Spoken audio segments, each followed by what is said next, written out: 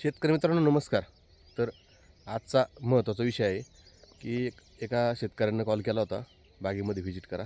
बागेमध्ये गेलो तर साहेब ही जी दिसती तुम्हाला आता, तर या जळालेल्या वॉटर शूटवरती परत काडी फुटल का?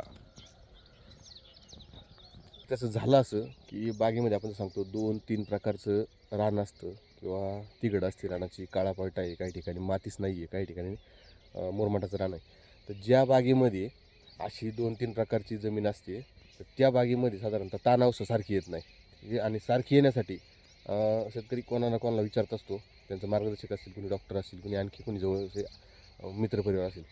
त्यांचं काय म्हणणं येतं की बाबा ही पूर्ण बाग जर पलीकडच्या बाजूने थोडं खराब दिसते, तिकडं अजून पानगळ झालेली नाही 100%, तुम्ही पानगळ करून घ्या. इकडच्या बागेचे काही विषय नाही अजिबात, नंतर परत त्याला पाणी देऊन आपण त्याला जागे आणू शकतो. परंतु असं न करता त्या बागेची एक 60 ते 70%च पानगळ झाली पाहिजे. 60-70% पानगळीनंतरच बऱ्यापैकी कळी चांगली निघते. तर आता याच्यावरती मुद्दा असा आहे, शेतकऱ्याचा प्रश्न असा होता की बा त्या बागेला परत काडी फुटेल का? तर फुटतेपर्यंत त्याच्यावरती काम करावं लागतं. ते असंही तुम्हाला दाखवतो. ही बाग पूर्ण काडी जळून गेलेली आहे आता. हे पहा, काडी जळाली, परंतु याला खालून हे असं वॉटर शूट निघालेले आहेत. तर माझं हे वॉटर शूटच आपल्याला धरायला लागणार. परंतु 1 ते 12 ते 18 इंचापर्यंत जोपर्यंत हे वॉटर शूट होत नाहीत, हे वॉटर शूट जे आहेत हे 12 ते 18 इंच येत नाहीत तोपर्यंत त्याला टॉपिंग घेता येत नाही आपल्याला. बागेमध्ये प्रत्येक काडीला खूप महत्त्व आहे. त्या काडीवरतीच काम आहे महत्त्वाचं म्हणजे. कारण कळी आता ह्याच बाग सिमिलर ह्या झाडानंतर ह्या झाडाची अवस्था कळी नक्कीच निघालेली आहे, पण एकही काडी जळालेली नाही. का? त्याचं स्ट्रक्चर व्यवस्थित होतं. त्याचबरोबर याच्यामध्ये देखील 1-4-5 काड्या गेलेल्या आहेत हवा. तर ते काम कसं करायचं, तर बा पानगळ साधारणतः 30 ते 40% झाली पाहिजे बागेमध्ये. 50 ते 60% पानगळ झाली म्हणजे भरपूर झाली. त्याच्यानंतर मग इथ्रेल वगैरे आपली काय प्रोसेस ती प्रोसेस करून घ्यायची. तर तुमची कळी ही बऱ्यापैकी स्ट्रॉंग निघते. त्याच बागेमध्ये 100% कळी आहे असं काही नाही. प्रत्येक चौकी व्यवस्थित आहे अगदी.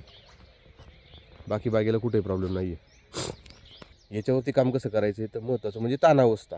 म्हणजे सगळं पाणी नियोजनावरती बागेची सगळी खास विशेष अवलंबून असते.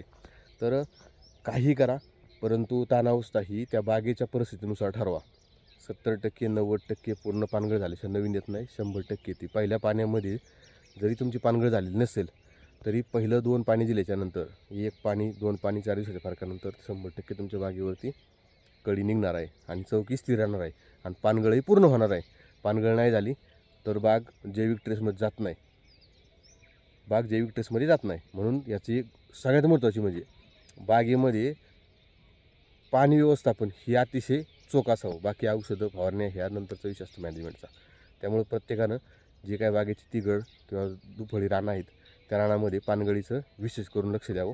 ह्याच्यावरती हीच उपाययोजना अतिशय महत्त्वाची आहे. तुमच्या भागामध्ये देखील काडी एखादी जळालेली आहे का, मधला स्टंप जळालेला आहे का, याची दुसरी कारणं असतात.